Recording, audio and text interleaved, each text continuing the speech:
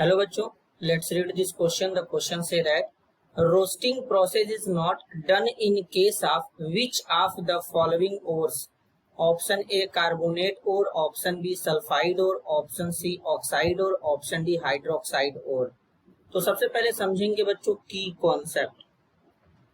की कॉन्सेप्ट क्या होगा बच्चों? की कॉन्सेप्ट होगा रोस्टिंग। रोस्टिंग अब रोस्टिंग क्या होता है बच्चों, सबसे पहले इसको समझेंगे।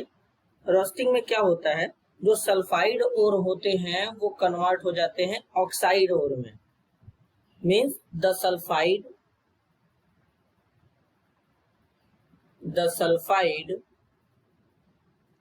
Ores are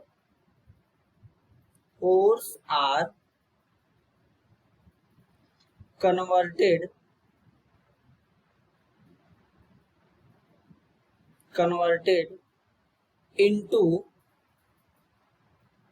oxides by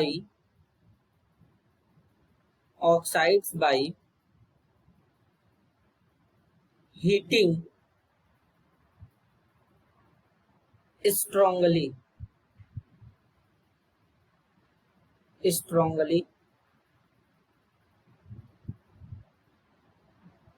in the presence of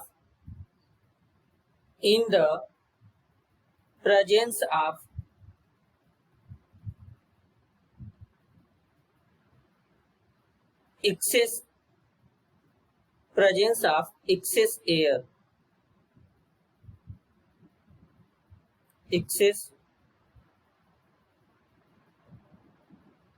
air. This process is known as